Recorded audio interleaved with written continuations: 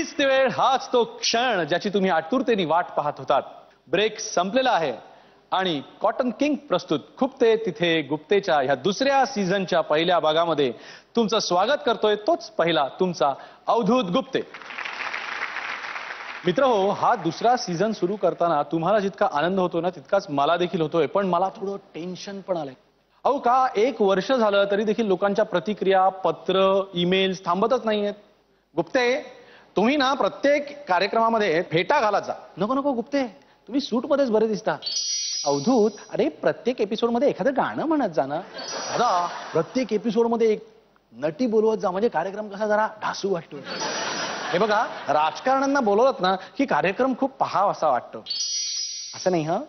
तुम्ही समाजसेवकांना बोलवत जा, म्हणजे भरपूर काही शिकायला मिळतं. हो, एक ना अनेक सूचना. पण आय प्रॉमिस, या सीझनमध्ये तुम्ही केलेल्या सर्व सूचना पूर्ण करण्याचा मी मनपूर्वक प्रयत्न करीन. आणि तुम्ही सांगितलेली सगळी नावं इथे आणण्यासाठी आमची झीची टीम पूर्णपणे झटेल. महाराष्ट्रातली गप्पांची मैफिल ही राजकारणाशिवाय सुरूच होऊ शकत नाही. तर जोरदार टाळ्यांनी स्वागत करूया कोकणच्या राजा आणि राणीचं, म्हणजेच माननीय श्री नारायणराव राणे आणि माननीय सौभाग्यवती नीलमताई राणे यांचं.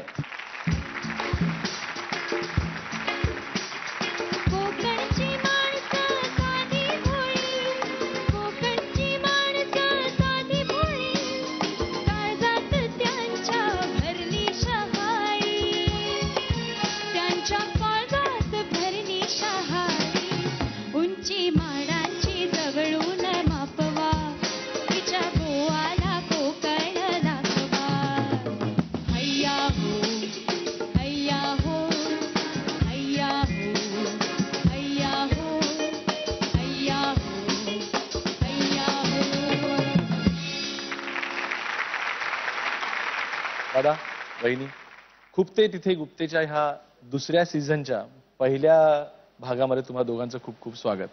धन्यवाद. असं म्हणतात की ज्या गोष्टीची सुरुवात छान झाली ती गोष्ट अर्धी चांगली होऊन गेली असं मानतात. आणि आज आमच्या ह्या पुढच्या दुसऱ्या सीझनची सुरुवात तुमच्यापासून होतीये.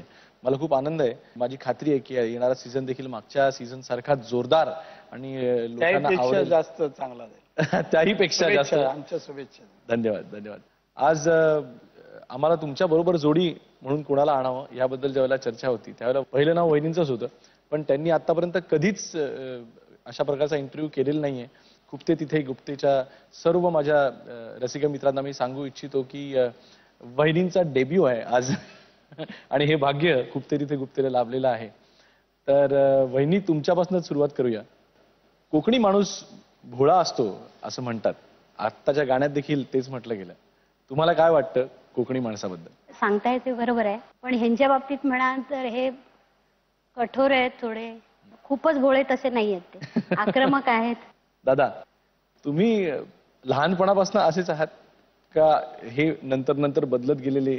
लहानपणापासून न रुचलेल्या गोष्टी जेव्हा आपल्याला कानावर पडतात तेव्हा आपण रिॲक्ट होतो आणि मग आक्रमकतेचं दर्शन होतं. माझ्या जीवनामध्ये मी ज्या परिस्थितीतून गेलो, जर मी आक्रमक नसतो तर आज महाराष्ट्राला नारायण राणे दिसलंच नसतं. तुम्हाला लहानपणीची अशी कुठली आठवण की ज्यावेळेला तुम्हाला पहिल्यांदा लक्षात आलं की एक सामान्य मुलगा नारायण राणे आणि त्यातून जो हिरोईक नारायण राणे हा बाहेर आला? 6 वर्षाचा असताना माझे आई वडील मला मुंबईला सोडून कोकणात परत गेले आणि बांद्राला आम्ही हाऊसिंग बोर्डमध्ये राहायचो. तिथून मला चेंबूरला सुभाषनगर या हाऊसिंग बोर्डमध्ये मामांकडे ठेवून गेले. त्या कॉलनीत मी नवीन होतो आणि त्या कॉलनीत जेव्हा मी घरून उतरून खाली मैदानात यायचो आणि मैदानात जेव्हा सवंगडी शोधायचो किंवा काही मित्र मिळतात का पाहायचो, तेव्हा तिथले जी चेंबूरची पहिली मुलं होती त्यांनी मी नवीन दिसल्यामुळे त्यांनी माझ्या मागे म्हणजे मला त्रास द्यायला सुरुवात केली. थोडं घाबरवण्याचा प्रयत्न त्यांनी केला. तेव्हा मी असं समजलो की आपण घाबरलो तर आपल्याला परत चेंबूरवरून गावीच जावं लागेल. त्यामुळे आपलं जे जन्मजात जो गुण आहे तो उघडला पाहिजे आणि म्हणून मग माझी आक्रमकता तिथे मला दाखवावं लागली आणि मग मी त्यांच्यामध्ये स्थान मिळवलं. अरे वा. माझ्या मनात जरी नसलं तर परिस्थिती मला हे करायला लावत होती असं म्हटलं तर चुकीचं होणार नाही. वहिनी, तुम्हाला त्यावेळेचे हे आठवतात का? तुम्ही लग्नाच्या आधी त्यांना ओळखत होता का? हो, लग्नाच्या आधी ओळखत. आम्ही खरं म्हणजे सुभाषनगर कॉलनीमध्ये बाजूच्या बिल्डिंग मध्ये राहत होते. हे बिल्डिंग नंबर 27 मध्ये राहत होते आणि मी बिल्डिंग नंबर 26 मध्ये राहत होते. ह्यांच्या मामांचं आणि माझ्या काकांचं येणं जाणं असायचं आमच्या घरी. अच्छा. त्यामुळे त्याच्यातून ओळख झाली आणि मग रीतसर मागणी घालून असं. त्यावेळेला ज्या वेळेला आक्रमक नारायण राणे हे तुमच्या समोर त्यावेळेला होते, पण असं वाटलं होतं कधी की हा आपला जो नवरा उद्या एक मुख्यमंत्री होणार आहे महाराष्ट्र? नाही नाही, असं काही वाटलं नाही कधी. म्हणजे सुरुवातीला जरी जेव्हा नगरसेवक झाले, जेव्हा विचारायला आले की निवडणूक लढवायसाठी उभा राहणार आहे, तेव्हा मी म्हटलं नको नको. तेव्हा आमचं तसं घरात राजकारणी कोणी नाही, त्यामुळे आम्हाला तसा राजकारणाचा तसा काही माहिती नाही त्यात. पण त्यांनी जेव्हा विचारल्यावर मी म्हटलं ठीक आहे म्हणून. पण एक भीती होती की त्यावेळेस जे नगरसेवक अपोजिशन मध्ये उभे होते, बीजेपीचे होते, मुजुमदार, डॉक्टर मुजुमदार म्हणून, ते 3-4 वेळा त्यांची टर्म त्या कॉलनीमध्ये झाली होती. त्यामुळे तेवढ्या मोठ्या माणसाशी टक्कर देणं तेवढं सोपं नव्हतं. पण ठीक आहे, पण त्याच्यातून पण विजय मिळवला त्यांनी. त्याही वेळेला त्यांनी तुम्हाला विचारलं होतं? हा, तेव्हापासून आजपर्यंत ते विचारतात का महत्वाचे निर्णय नाही, तुम्हाला विचारतात? महत्वाचे निर्णय विचारतात. सगळ्या मुलांना आणि मला विचारूनच आतापर्यंत निर्णय घेतलेत. म्हणजे स्वतः एकट्याने असा निर्णय नाही घेतला कधी. आणि त्यांनी जो निर्णय घेतला तो प्रत्येक वेळी यशस्वी होत गेला. त्यामुळे त्यांनी जर कुठली गोष्ट आम्हाला विचारली तर आम्ही नाही म्हणायचं हेच राहिलं नाही, त्याच्यामध्ये धाडसच झालं नाही. त्यांची तुम्हाला खुपणारी कुठली गोष्ट? थोडासा रागीट स्वभाव आहे. कधीतरी असा आक्रमक जेव्हा होता तेव्हा असं वाटतं की नाही व्हायला पाहिजे, पण आता खूपसे शांत झाले. याबद्दल तुमचे चिरंजीव नितेशजी काय म्हणतात ते आपण बघूया. मला लहानपणापासून एकच चांगली आठवण डोक्यात असायची की मे महिन्याच्या सुट्टीमध्ये जेव्हा वडील आम्हाला स्वतः गाडी चालवून आम्हाला गावी घेऊन जायचे, किंवा आम्ही सिद्धिविनायकला जायचो किंवा आपल्या चौपाटीवर जायचं आणि ते वडील स्वतः गाडी चालवायचे. मला वाटतं आता अनेक वर्ष झालेली आहेत, काळ बदललेला आहे आणि त्याबरोबर एक ती आठवण किंवा एक ती कुठेतरी खुपतं की वडील कधी ना कधी स्वतः ड्रायव्हिंग सीटवर वडिलांनी बसावं आणि आम्ही सगळे त्यांच्याबरोबर गाडीत बसून मुंबई दर्शन असेल किंवा इथून सिंधुदुर्गापर्यंत असेल, आम्हाला सगळ्यांना त्यांनी घेऊन जावं हेच मनापासून इच्छा आहे. दादा, आम्हाला सगळ्यांना वाटतं की तुम्ही महाराष्ट्राच्या ड्रायव्हिंग सीटवरती बसावं आणि मुलांना मात्र वाटतं की तुम्ही त्यांच्या ड्रायव्हिंग सीटवरती बसून त्यांना घेऊन जावं गावाला. तुम्हाला काय वाटतं? हे मिस करता का सगळं? मला वाटतं नितेश आणि तुम्ही व्यक्त केलेली इच्छा याची पूर्तता करावी असं मला वाटतं. दादा, तुमचं वहिनींबद्दलचं जे प्रेम आहे त्याबद्दल खूप चर्चा केली जाते की तुम्ही अजूनही घरी गेल्यानंतर जेवायला त्यांच्या हातचंच तुम्हाला लागतं आणि वाढायला देखील त्याच असल्या पाहिजेत असा आग्रह असतो तुमचा. हे खरं आहे का? नाही, काही गोष्टी तुम्ही ऐकल्यात त्यापैकी बऱ्याचशा गोष्टी खऱ्या आहेत. पण मी माझ्या जीवनामध्ये जेव्हा राजकारणात सक्रिय झालो तेव्हा काही गोष्टी मी संसाराबद्दलच्या ठरवलेल्या होत्या की लग्न झालंय आपलं, लवकर झालंय, तिचं पण वय लहान आहे, नंतर मुलंही झाली, तर आपण घरच्यांना पण वेळ द्यायला पाहिजे आणि घरच्यांना वेळ देऊन राजकारण मी करावं असं ठरल्यामुळे रोज 8-9 वाजता घरी यायलाच पाहिजे. 10 वाजता आम्ही सगळे मुलं असो आम्ही डिनरला एकत्र नित्यनेमाने बसायचं, त्याच्यात चूक न करणं. त्यामुळे 9-10ला घरी येणं, रविवारचा दिवस फॅमिलीला देणं, वर्षातून एक वेळा 15 ते 20 दिवस कुठेतरी फॅमिली सकट बाहेर जाणं, हे मी गेली 33 वर्ष ठरवलं आणि पाळलं. असं असतं की पत्नीच्या हातचं रुचकर जेवण असलं का मग बाहेर जावं असं वाटत नाही, त्यामुळे जास्त घरचं जेवण पसंत करायचं. पण ते कधी तुम्हाला प्रेम जाहीर करतात का होतं? कारण त्यांचा स्वभाव बघता वाटत नाही. आम्हाला फार कौतुक वाटतं. आम्ही गोव्याला जेवायला जातो तेव्हा नीलम ग्रँड, सावंतवाडीला नीलम, सगळीकडे कुठलंही असलं तरी आपलं नीलम. म्हणलं राणेसाहेबांचं प्रेम सॉलिड असणार बायकोवरती, तर ह्याच्या व्यतिरिक्त दाखवतात. ते कंपनी नीलम हॉटेल म्हणून स्थापन केली, ते नाव कुठलं ठेवायचं मग नीलम असं. बाकी प्रेम आहे असं दोघात असताना बोलतो, तसं नाही. दादांसाठी तुमच्या वतीने मी कोणतं गाणं गाऊ? जब कोई बात बिगड़ जाए. जब कोई बात बिगड़ जाए, जब कोई मुश्किल पड़ जाए, गाणं कळलं तुम्हाला? तुम देना साथ मेरा ओ हमनवा, तुम देना साथ मेरा ओ हमनवा. जब कोई बात बिगड़ जाए, जब कोई मुश्किल पड़ जाए, तुम देना साथ मेरा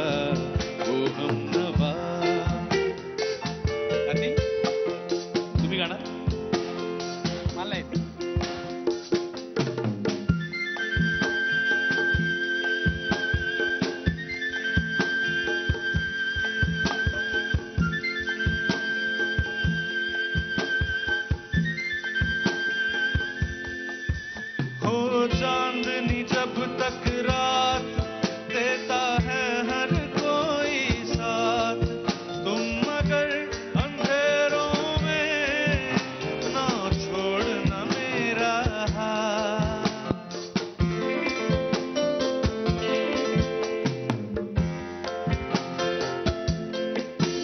ओ चांदनी जब तक रात देता है हर कोई साथ, तुम मगर अंधेरों में ना छोड़ना मेरा हाथ।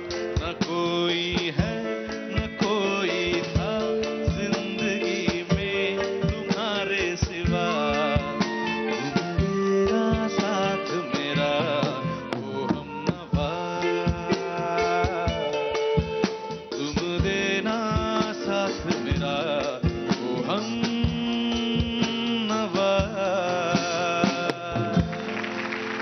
Very good. छान छान. तुम्हाला गाण्याबद्दल किंवा गाण्यावर दादांना काही सांगायचं असलं जरूर सांगू शकता.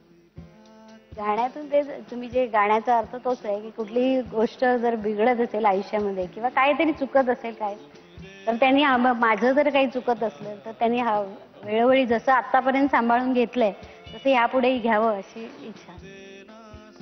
धन्यवाद. तुम्हाला काही बोलायचं? नाही, बोलायचं तर घरी बोलेन. नाही, मी एवढंच सांगेन याच्याबद्दल, मला चांगली साथ मिळाली माझ्या जीवनात. मी राजकारण आणि व्यवसायात यशस्वी झालो, संसारात यशस्वी झालो.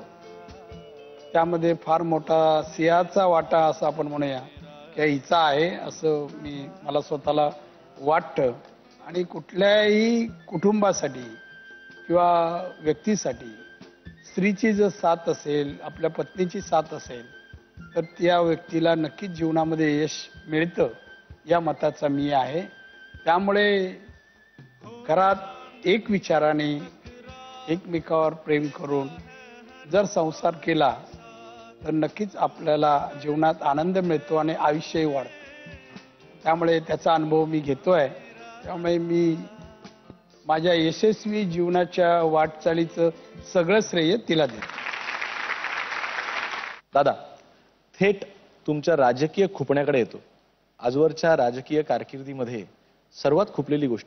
राजकारणात आणि मंत्री म्हणून असताना अनेक निर्णय असं वाटतं की आपल्या मनाविरुद्ध जातात, पण परिस्थिती असे असते मनाविरुद्ध जरी गेले तरी आपल्याला बोलता येत नाही. मनाला जरी खुपलं तरी ते सांगता येत नाही, बोलता येत नाही, अशी परिस्थिती आहे. पण तुम्हाला तुमचा कार्यक्रमच खुपते तिथे खुपते आहे. तुमचं स्किल आहे, कौशल्य आहे. ते काय खुपतं ते बाहेर काढायचं हे तुमचं कौशल्य आहे. तर मी म्हणेन की जसं आता सिलेंडरचा एवढी नंतर पेट्रोल डिझेल याचे भाववाढ झाले, गॅसचा झाला. हा गॅसचा निर्णय जरी वाटलं केंद्रीय मंत्रिमंडळाने 1.25 लाख सबसिडी द्यावी लागते म्हणून हे सिलेंडरमध्ये काही कपात केली आणि काही कन्सेशन बंद केले. वस्तुस्थिती जरी असली तर सर्वसामान्यांवर हा भुर्दंड पडतोय. ही गोष्ट मला पटलेली नाही, ही मनाजवळ खुपते आहे.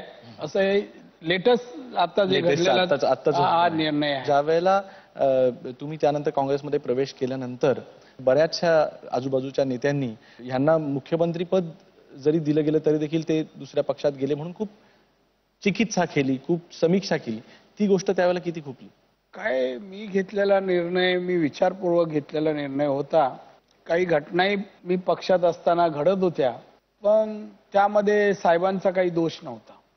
कारण साहेबांनी आपला कारभारच उद्धवजींकडे बराचसा दिलेला होता आणि त्यामुळे उद्धवजींचं आणि माझं काय पटलं नाही. आणि त्या ज्या प्रकारे माझ्याशी वागणं की ज्या गोष्टी घडत होत्या त्या मनाकडे खूपच होत्या, पुष्कळच वेदना देत होत्या. आणि मला वाटलं की मी असं राहिल्याने वडील आणि मुलांमध्ये नेहमी वाद होणार माझ्यामुळे, त्यापेक्षा आपणच निर्णय घेतलेला बरा. सुरुवातीला कुठल्या पक्षात जावं असं माझ्या मनात नव्हतं, राजकारणातूनच बाजूला व्हावं आणि म्हणून मी सुरुवातीला निर्णय घेऊन मी पक्षातून बाहेर पडलो. शिवसैनिकांनी नेत्यांनी माझ्याबद्दल नाराजी व्यक्त करावी ही गोष्ट साहजिकच आहे, पण उघड त्या प्रमाणात माझ्याबद्दल ज्या तीव्रतेने करायला पाहिजे होती ती तीव्रता दिसली नाही. कारण माझी बाजू रास्त आहे असं बऱ्याच जणांना मनापासून वाटत होतं. आता साहेब तिखट बोलणं किंवा तिखट टीका करणं हे साहजिकच आहे. त्यामुळे साहेबांच्या टीकेला मी उत्तर दिलं नाही, फक्त उद्धवजींच्या मी दिलं. आजही साहेबांनी किती जरी टीका केली तरी मी काही बोलणार नाही, कारण त्यांना तो अधिकार आहे मी असं म्हणेन. कारण नावारूपाला आणण्याचं काम त्यांनीच केलं. शिवसेना झाली नसती तर नारायण राणे कदाचित महाराष्ट्र ओळखही झाली नसती. मी शिवसैनिक बनलो नसतो, राजकारणात आलो नसतो.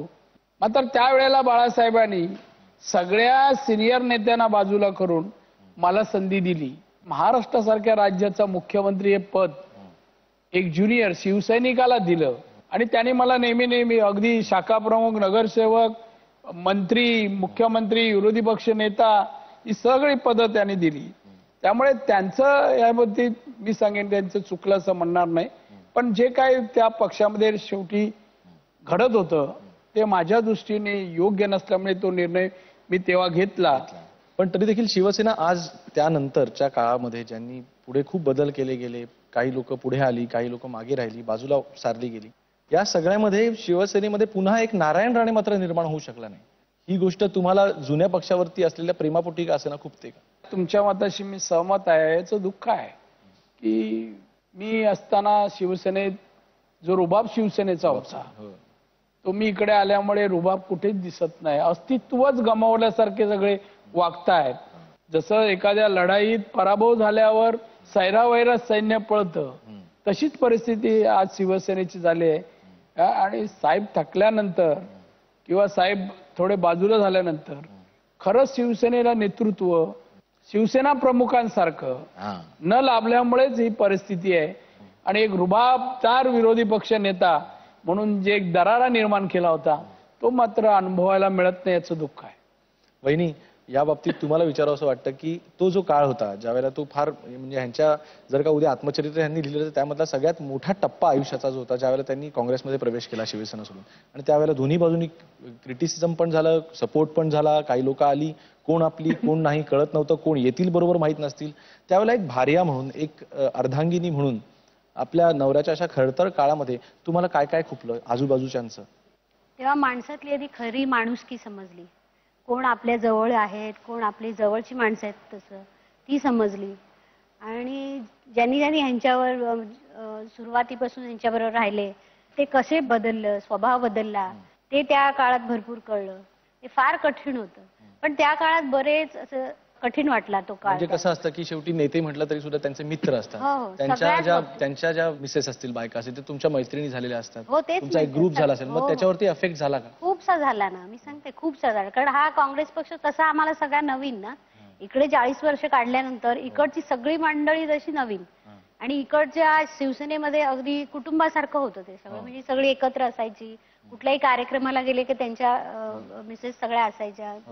त्यामुळे तो एक जो हे होता ते इथे मिस करते. इथे तसं अजून मी कार्यक्रमाला वगैरे कुठल्या जात नाही आणि तेवढी अजून म्हणतो ना आपण तशी जवळीक झाली नाही परत. म्हणजे अजूनही कधी कधी असं वाटतं की आपण काहीतरी असं मिस करतो. काँग्रेस पक्षामध्ये आल्यानंतर सुद्धा आता ज्या वेळेला आहे आपल्याला दरवेळेला असं वाटतं की आता होणार आता होणार असं वाटतं आणि तरी होत नाही. ही गोष्ट किती खुपते, त्याबद्दल काय वाटतं? नाही, काही गोष्टी राजकारणात खुपल्या तरी दाखवायच्या नसतात. मनाकडे काय वाटतंय दाखवायचं नसतं. प्रत्येक पक्षाची आयडिओलॉजी वेगळी असते. प्रत्येक पक्षाची, शिवसेनेची वेगळी, काँग्रेसची वेगळी. काँग्रेसमध्ये का हवं असतं तर बोलवून दाखवायचं नाही आणि काय मिळालं नाही म्हणून नाराजी दाखवायची नाही. नुसतं स्टेबल राहायचं. त्यामुळे जरी वाटलं आपण आपलं काम करत राहिले, आपली कुवत आपण सिद्ध केलेली आहे, तर आपल्याला आपला विचार करावा या दृष्टीने प्रयत्न करणं एवढंच आपल्या हातात आहे. आणि सध्या तरी मी तरी ठरवलंय की मानसिकता खराब होईल असं कुठली गोष्ट आपण मनात खुपून घ्यायची नाही. आपण बिंदास राहायचं, चांगलं आयुष्य जगायचं. लोक येतील, त्यांची कामं करत राहायची, लोक समाधानी, आपण समाधानी. अशा वेळेला कोकणातनच जैतापूर सारख्या प्रकल्पाला ज्यावेळेला विरोध होतो, हे किती खुपतं, कसं खुपतं? वाईट कोकणी माणसाचं वाटतं. जैतापूर सारखा राष्ट्रीय प्रकल्प 1 लाख कोटीचा प्रकल्प आहे. म्हणजे एक नवीन शहर बसणार, 10-20 हजार लोकांना नोकऱ्या लागणार, देशाला वीज मिळणार, पुरेशी वीज मिळेल, सरप्लस होऊ आपण, आणि वीज आहे तर विकास आहे. अशा वेळेला जर कोकणात एक प्रकल्पानं ऊर्जा प्रकल्प आला आणि सुरक्षितेवर कुठला धोका पोचणार नसेल तर असं का करू नये? आज लोक जे कोकणात बाहेरचे लोक येऊन आंदोलन करतात, कोकणात लोक कमी आहेत. चांगले लोक, शिकलेले लोक, विकास हवाय ती मंडळी आज विरोध करत नाही. तर बाहेरची पुण्यावरून, रायगडवरून लोक जात आहेत आणि ते तिकडे कोकणाचा विकास, कोकण अडचणीत असताना, वादळ असताना, पूर असताना, मुसळधार पाऊस पडत असताना, गावं आणि माणसं वाहत असताना हे कोकणाच्या मदतीला कधी आले नाही. 5 पैसे किंवा 5 किलो धान्य कोणाला दिलं नाही. पण कोकणाच्या विकासाच्या मुळावर मात्र येऊन कोकणामध्ये विकास नको म्हणून विरोध करतात. शिवसेना विरोध करते. हा विरोध शिवसेनेचा प्रकल्पाला नाही, हा नारायण राणेला आहे.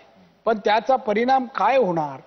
20,000 कोकणातले तरुण ज्या नोकरीला लागतील, 1,00,000 कोटी रुपये खर्च होणार, अनेक कॉलनी, अनेक शिक्षण संस्था, अनेक युनिव्हर्सिटी बाहेरून विद्यापीठ येतील, ती लागतील.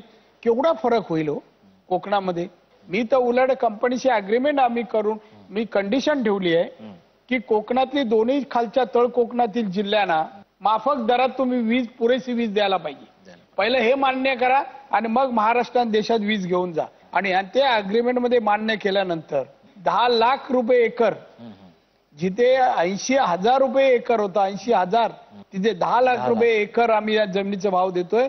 25 लाख हेक्टरचा भाव देतोय. कातळाची जमीन आम्ही घेतोय ज्याच्यावर काही गवत पण उगवत नाही, त्यामुळे पैसे कमी देत नाहीये. आणि म्हणून जे लोक आहेत ना, ते लोकांना परदेशातले लोक भारतामध्ये विकास होऊ नये म्हणून एनजीओच्या माध्यमातून अडथळे निर्माण करायला पाठवतात. त्यातलेही विरोध करणारी मंडळी आहे आणि त्यातल्या शिवसेना एक त्यांच्या नादाला लागली असं म्हटलं तरी ते चुकीचं होणार नाही. हा राजकीय विरोध आहे. तुम्ही आतापर्यंत कोकणासाठी जे केलेलं आहे त्याची म्हणजे त्याचे दाखले खूप लोकांनी दिलेले आहेत. पण असं असून सुद्धा निलेशजींचा जो विजय झाला मागच्या निवडणुकीमध्ये सुरेश प्रभूंच्या अगेन्स्ट, तर तो हव्या तितक्या मताधिक्याने झाला नाही, हे कुठे खुपलं का? नक्कीच खुपलं. मनाजवळ वाईट वाटलं. मी रिझल्ट पाहायचं बंद केला आणि आतमध्ये जाऊन बसलो, कारण मला अपेक्षित नव्हतं. 48,000 निलेश निवडून आला, पण मला वाटलं अपेक्षा खूप जास्त, मला अपेक्षा 1 लाखापेक्षा जास्त होती आणि सिंधुदुर्गातून अधिकची होती.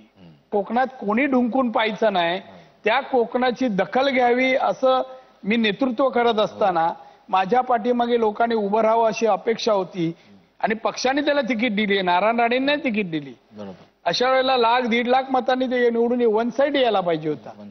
वहिनी, तुम्ही स्वतः बघितलं असतील की आज मी ज्यावेळेला सिंधुदुर्गामध्ये जातो आणि तिथे नवीन नवीन जे नेते येत आहेत आणि विशेष करून नारायण राणेंना वाईट बोलून किंवा त्यांना क्रिटिसाइज करून पटकन प्रसिद्धी मिळते, तर ह्या गोष्टीला तुम्हाला कुठे वाईट वाटतं का? तुम्हाला याचा अफेक्ट होतो का? खूप वाटते ना, खूप वाईट वाटतं त्यावेळेस. म्हणजे त्यांना सुरुवातीपासून आपल्या बरोबर पाहिलेलं होतं आणि आता तीच लोक असं वेगळी होऊन बॅनर लावणं किंवा काही भाषणामध्ये वाईट साईड बोलणं, हे जे जेव्हा सगळं ऐकायला येतं तेव्हा खूप वाईट वाटतं. एक भाग असा आहे याच्यात मी जोडतो मध्ये प्रश्न, त्यांना विचारला तरी मी जोडतो. मुद्दा असा आहे, माझ्यावर टीका करणाऱ्यांना खाजगीरित्या जेव्हा मला ते भेटतात तेव्हा मला आदराने दादा म्हणायचं, फार चांगलं माझ्याशी वागायचं.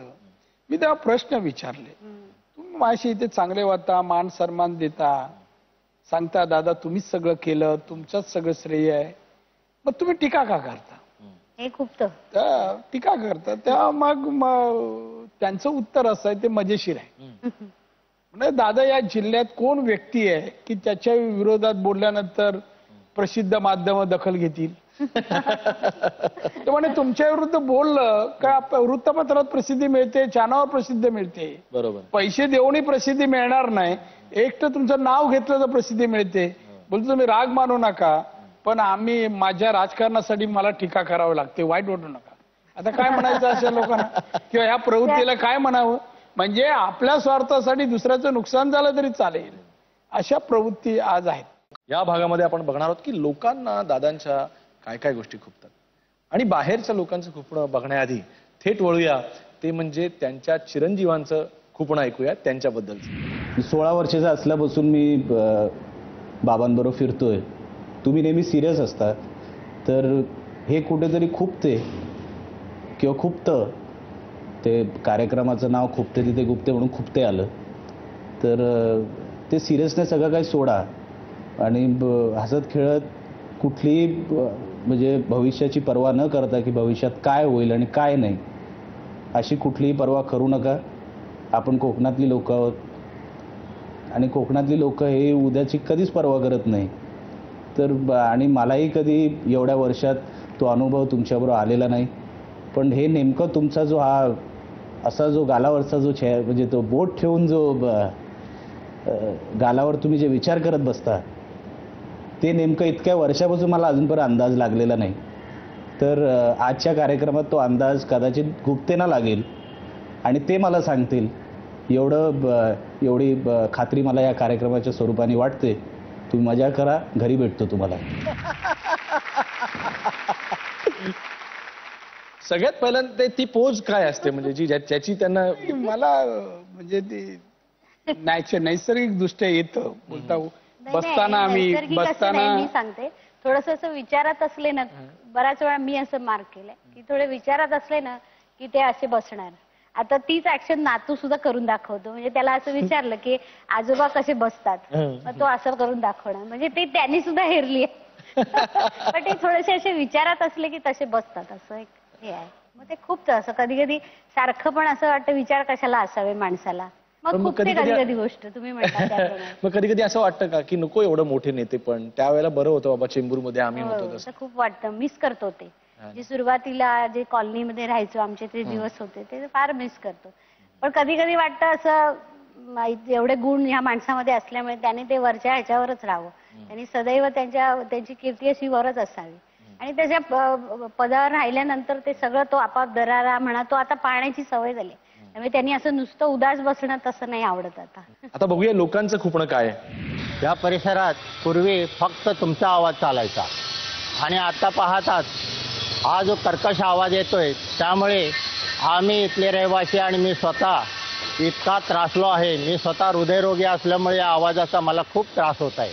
एवढेच माझं खंत आहे की हा आवाज बंद करावा. आम्ही काय म्हणत होतो, हे राणे साहेबांचं ऑफिस आहे इथे एक मोठा खड्डा पडलेला आहे, त्याच्याकडे इथे कोण नगरसेवक आहेत त्यांचं दुर्लक्ष झालेलं आहे. ही गोष्ट मला खूप आहे. चेंबूर सुभाषनगर मध्ये आम्ही राहता 2 नंबर बिल्डिंगच्या पाठीमागे साहेबांनो आमका पाण्याचं खूप प्रॉब्लेम असा, त्यामुळे आमका पाणी मिळत नाही. हो ह्या म्हाका खूपता, तर आमची काहीतरी सोय करा पाण्याची. मी सुभाषनगर चेंबूर मध्ये राहते. इथे फक्त आता ड्रेनेजचा प्रॉब्लेम आहे, जेणेकरून आम्हाला दर 3 महिन्याने प्रॉब्लेम होतो. गटारं वाहतात आणि मग त्याच्यामुळे डासांचा वगैरे फार प्रॉब्लेम होतो. हीच गोष्ट खूप खुपते. मैं चेंबूर सुभाष नगर में रहती हूँ और बिल्डिंग नंबर 2 बिल्डिंग के पीछे, और ये कचरा बहुत परेशानी हो रहा है, ये कोई हटा भी नहीं रहा है. ये मच्छर बहुत आता है और प्रॉब्लम हो रहा है हम लोग को, ये बात चुकती है. दादा, चेंबूर सुभाषनगर भागामध्ये जिकडे तुम्ही लहानाचे मोठे झालात तिकडच्या लोकांच्या गोड आणि कडू अशा तक्रारी खुपणं त्यांचं ऐकलं, तुम्ही काय उत्तर देऊ इच्छिता? फार त्या लोकांचे मी आभार मानेन. तर त्या लोकांनी आज मी जो राजकारणात यशस्वी झालोय ते राजकारणची सुरुवात मी सुभाषनगर मधून केली. या ज्या काही महिला ज्या बोलल्या त्या कॉलनीच्या बाजूला स्लम आहे की मी नगरसेवक असताना त्या स्लम मध्ये पाणी आणि टॉयलेटची व्यवस्था सगळी मी त्यांना केली होती. आता त्यानंतर आता मी 85ला होतो 91 पर्यंत. त्यानंतर जे नगरसेवक कोणी लक्ष न दिल्यामुळे हे सगळे प्रश्न आहेत. त्यांना मी एवढंच सांगू शकेन, तुमचे छोटे प्रश्न आहेत माझ्या दृष्टीने. मी महाराष्ट्राचा मंत्री आहे, उद्योग मंत्री आहे. तुमचे सगळे प्रश्न सोडवण्याचा मी किंवा नागरी सुविधा लवकर पूर्ण करू शकेन आणि तशा मी संबंधित अधिकाऱ्यांशी आज किंवा उद्या बोलून त्या समस्या दूर करेन एवढं मी आश्वासन देतो. वा वा.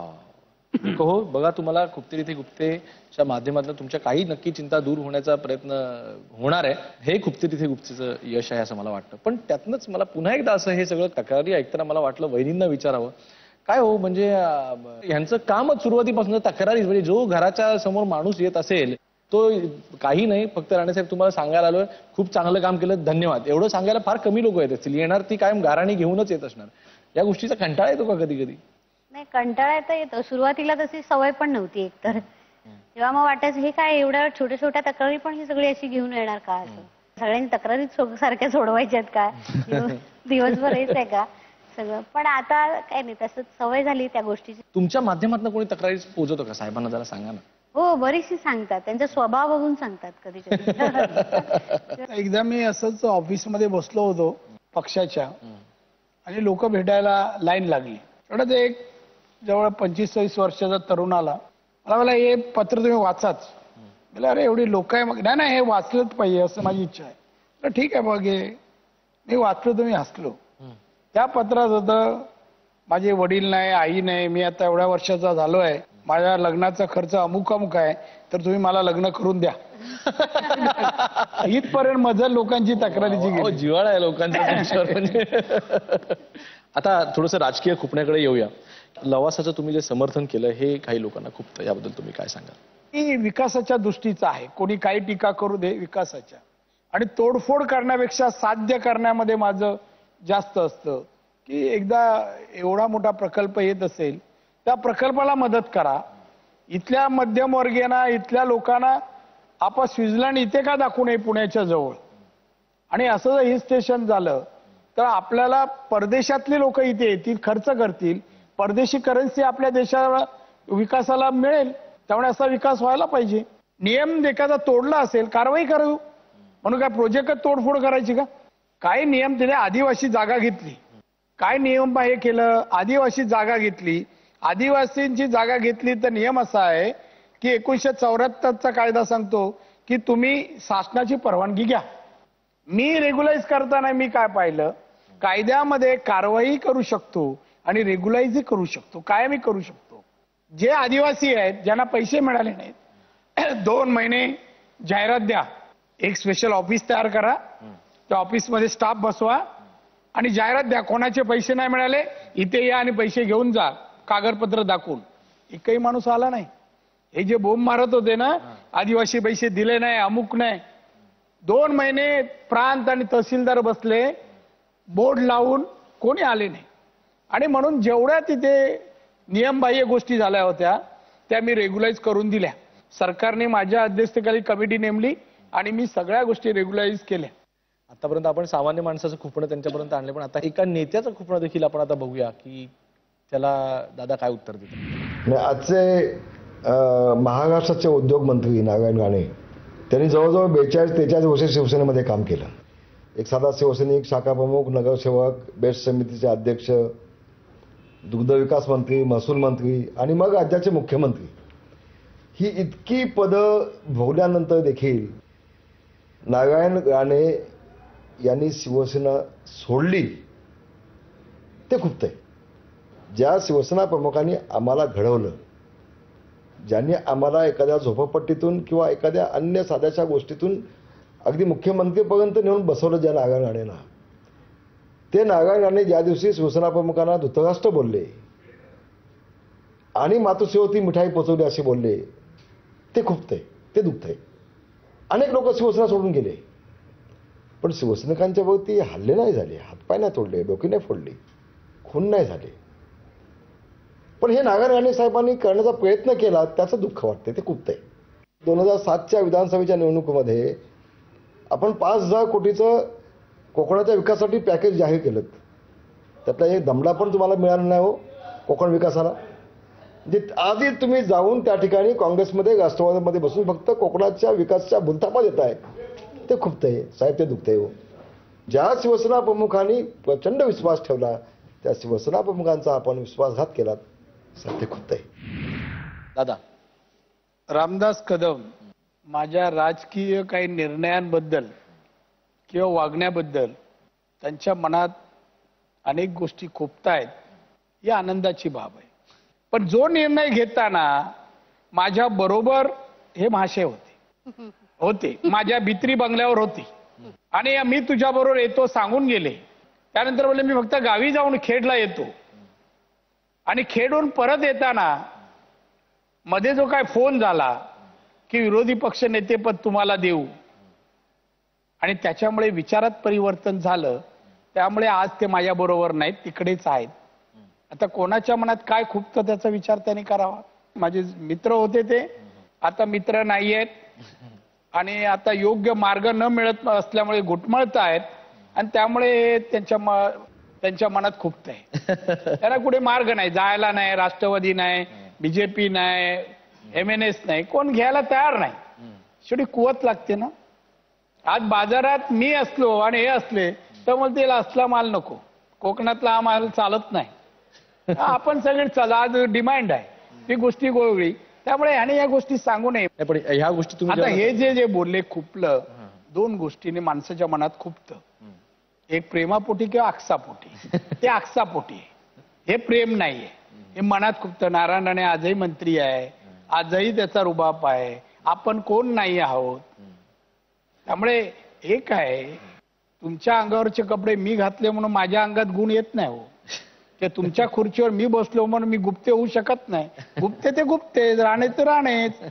आता शेवटचा आणि महत्वाचा प्रश्न की आज ज्या वेळेला बाळासाहेबांची प्रकृती ठीक नव्हती असं मध्यंतरी झालं, तर त्यावेळेला राजसाहेबांपासून ते सर्व लोक तिथे जाऊन भेटून आले, पण तुम्ही मात्र गेला नाही. हे शिवसैनिकांना थोडं खुपलं.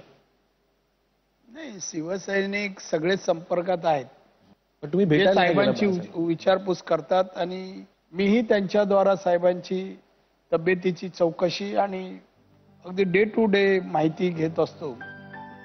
जरी शिवसेनेत नसतो आणि दुरावलं असलो तर तेव्हाही त्यांच्यावर असलेलं प्रेम काडी मात्र कमी झालं नाही. हे मी प्रामाणिकपणे रामेश्वरासमोरून सांगतो. मी अस्वस्थ होतो, उद्धवजी हॉस्पिटलला होते तेव्हाही अस्वस्थ होतो, साहेब आजारी आहेत आजही आहेत तेव्हाही अस्वस्थ होतो.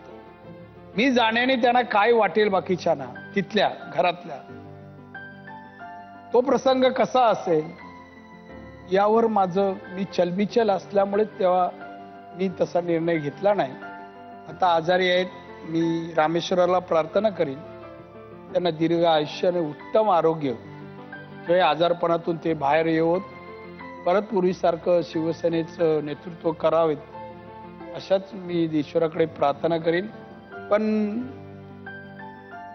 आज संध्याकाळ किंवा उद्या परवा मी काय करीन तो निर्णय मी आत्ता नाही सांगू शकत.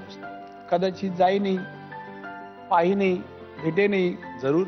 पण हे सेगमेंट संपवत असताना वेळ झालेली आहे ती म्हणजे पॅरडी सॉंगची, आणि तुमच्या सर्वांसाठी, दादांसाठी हे पॅरडी सॉंग.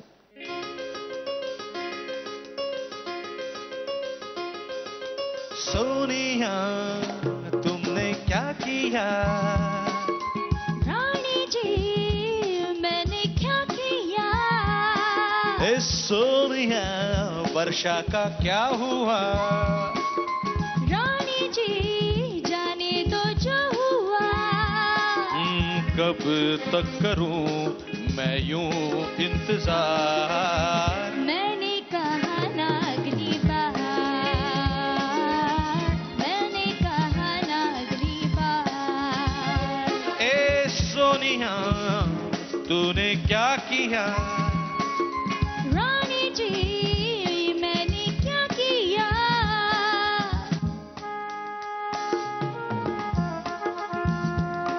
काय सोनिया तुम्हाला बोलतो बोलते बोलताना सोनिया तुम्हाला सांगते काय म्हणजे यावर्षी नाही, पुढच्या वेळेस.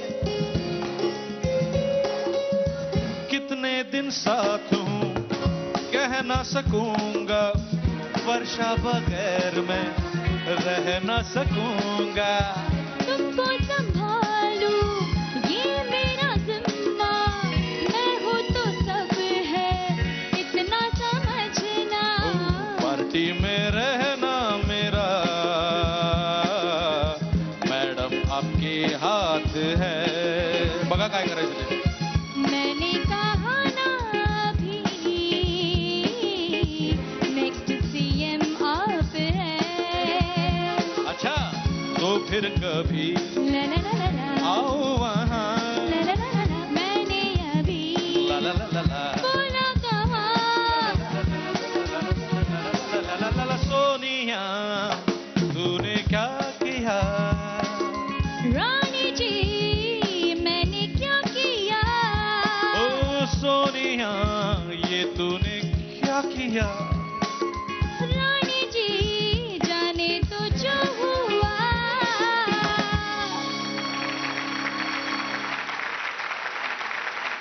तुम्हाला काय वाटतं गाण्याबद्दल? हे गाणं ऐकल्यानंतर तुमच्या दोघांचे सूर उत्तम होते. तुम्ही गायकच असल्यामुळे गाणं ऐकताना आनंद आला, ऐकायला बरं वाटलं. गाण्याचा अर्थ मात्र मनाजवळ खुपला. एक आपल्याला सांगू इच्छितो, पद असो नसो, पद मिळो न मिळो, निलेशने सांगितल्याप्रमाणे चिंता किंवा विचारात न राहता बिनधास्तपणे आपलं आयुष्य जगणं आणि दिलेली जबाबदारी पार पाडणं, एवढंच मी निर्धार किंवा निश्चय केलेला आहे असं मला सांगावं असं वाटतं. तर अशा प्रकारे ही पहिल्या भागातली पहिली पॅरडी झालेली आणि त्याबद्दलची रिॲक्शन तुम्ही बघितली, मला तर फार मजा आली.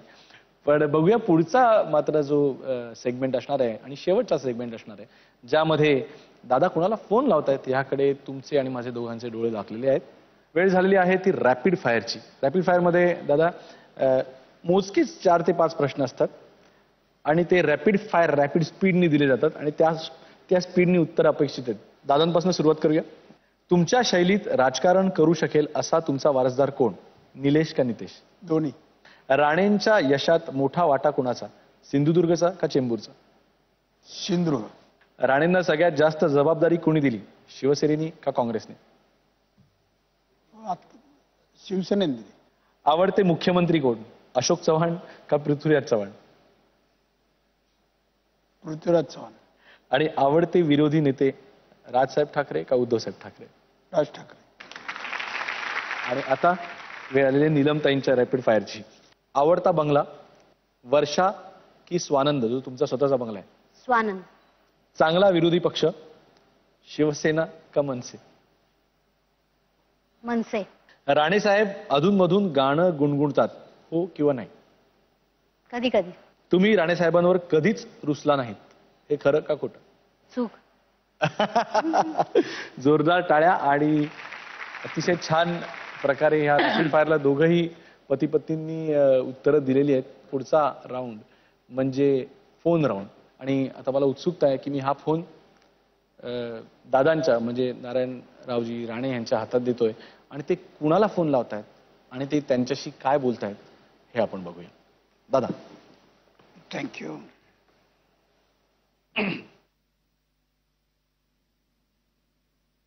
हॅलो, कोण, रामदास कदम का? नमस्कार, जय महाराष्ट्र. कशा आहात आपण? तब्येत वगैरे चांगली आहे ना? ब्लड प्रेशर वगैरे ठीक आहे? आताच आपले खुपते तिथे गुप्ते या कार्यक्रमात आपण दिलेली प्रतिक्रिया पाहिली, ऐकून आनंद वाटला. कुठेतरी मैत्रीचा ओलावा आहे अशीच जाणीव झाली आणि चिंता व्यक्त केली, त्याच्याबद्दल मला थोडं बोलावं असं वाटतं. आपण त्यामध्ये म्हणालात की मी 42 वर्ष शिवसेनेत होतो, अनेक पदं मला शिवसेनेने दिली, अगदी शाखा प्रमुख पासून ते मुख्यमंत्री, विरोधी पक्षनेते, तरी मी शिवसेना सोडली. हे मनात आपल्या कुठेतरी खुपतंय, ते बाहेर काढण्याचा मी माझं स्पष्टीकरण मी आपल्याला देऊ इच्छितो. बघा, आपली स्मरणशक्ती आठवून थोडे मागे जा 7 वर्षापूर्वी, आणि शिवाजी पार्कचा मेळावा दसऱ्याचा चालू असताना एक यादी वाचली उपनेत्यांची. त्यामध्ये आपलं नाव चुकून आलं नाही की टाकलं गेलं नाही मला माहित नाही, पण आपलं नाव न आल्यामुळे आपण दसऱ्याचा मेळावा अर्धवट सोडून घरी निघून गेलात. काय निष्ठा आहे ना आपली. आणि मग दुसऱ्या दिवशी माझ्या घरी आलात. काहीतरी करा, पण आपल्याला पक्ष सोडावं लागेल, काही करा, सगळ्या आमदारांना बोलवा. आणि त्याच संध्याकाळी आपण बित्रीवर भेटलो. आपल्यासोबत अजून 17, 18, 20 आमदार होते. आपण आम्हाला सांगितलं की गावी जाताना उद्या आल्यावर निर्णय घेऊया आणि पक्षातून बाहेर पडूया. आणि तुम्ही खेडला गेलात. परत येताना काय फोन आला, काय आमिष दिसलं, कुठली लाल बत्ती गाडी मिळाली मला माहित नाही, पण आपला निर्णय फिरला आणि आम्हाला तोंड कशी पाडलं. असू दे, आनंद आहे, शेवटी मित्र आहे, मित्राच्या चुका पोटात घालाव्या लागतात. पण आपण आज सांगितलं मनात खुपतं. मला पण ते आज 7 वर्षापूर्वीची घटना मनात खुपतं. काल असलेला रामदास कदम मित्र आज माझ्या बरोबर नाही, फारच वाईट वाटतंय, खुपतंय मनामध्ये. पण असं वाटतं कधी कधी काय मित्र लांब ठेवलेले बरे, याचं समाधान पण मला वाटतंय. असू दे, तुम्ही म्हणालात मी कोकणचा नेता, मी मंत्री आहे, कोकण पॅकेज मध्ये 5,000 कोटी दिले, एक दमडा. आपण आमदार अजूनही आहात, पण मला वाटतं महाराष्ट्राच्या कामकाजाचं ज्ञान म्हणा, माहिती म्हणा, आपल्याकडे अपुरी येते असं म्हणेन. मी म्हणणार नाही तुमचं अज्ञान आहे, कारण तुम्ही पण विरोधी पक्ष नेते होतात. आता काम कारभार कसा केला ते विश्लेषण पत्रकार करतील, ते काम त्यांचं आहे, मी काय करणार नाही. पण मी सांगेन की जवळपास 90-95-99% पर्यंत निधी मिळालाय. काय राहिला तर आपुलकीने फोन करा, मला सांगा. मी शिल्लक राहिलेले पैसे शासनाकडून मिळवून देण्यासाठी मी नक्कीच प्रयत्न करेन, आणि एवढी कुवत माझी आहे असं मला वाटतं. आणि म्हणून मनाजवळ खूपच असलं तरी मला एकही वाटतं की माझा मित्र तेव्हा एवढा अस्वस्थ होता, आज एवढे दिवस शिवसेनेत कसा राहिला. किरण पावसकर शिवसेनेतून राष्ट्रवादीत गेले तेव्हा मी एक बातमी वाचली की किरण पावसकर बरोबर अजूनही रामदास कदम वगैरे होते, पण अजित पवार म्हणाले की तुम्हाला आमदारकी आणि मंत्रीपद मिळणार नाही, म्हणून आपण त्याच घरात राहिलात. काय आपल्या मनात किती खुपत नाही. अजूनही आपल्या मनामध्ये फार असं वाटत असेल की मला कधी मंत्रीपद मिळतं आणि मी कधी उड्या मारतो, पण तसा पक्षात नसेल तर नवीन आपण निर्माण करा, प्रयत्न करा. पुढे मी कधी टीव्हीवर आलो आणि प्रतिक्रिया विचारली तर मात्र उघडपणे देताना विचार करा की आपल्यानंतर नारायण राणे बोलू शकतात.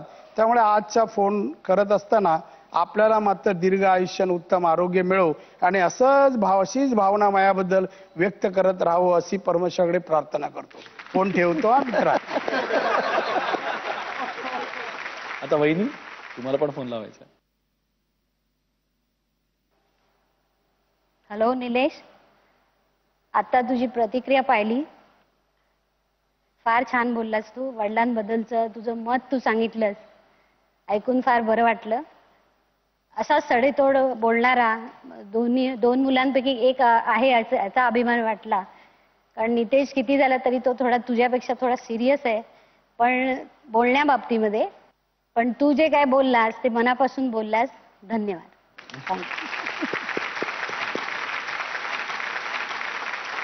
आज तुम्ही राणे साहेबांना रोमॅन्टिक होताना बघितलं, हळवं होताना बघितलं, कौटुंबिक होताना बघितलं.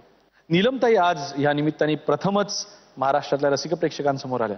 अशा मोठ्या व्यक्तींच्या आयुष्यातले असेच हळूवार क्षण पाहण्यासाठी पुन्हा भेटूया पुढच्या भागात. पाहत राहा कॉटन किंग प्रस्तुत खुपते तिथे गुप्ते. धन्यवाद. थँक्यू. नमस्कार. आजच्या पाहुण्यांना कॉटन किंग तर्फे ही सदिच्छा भेट.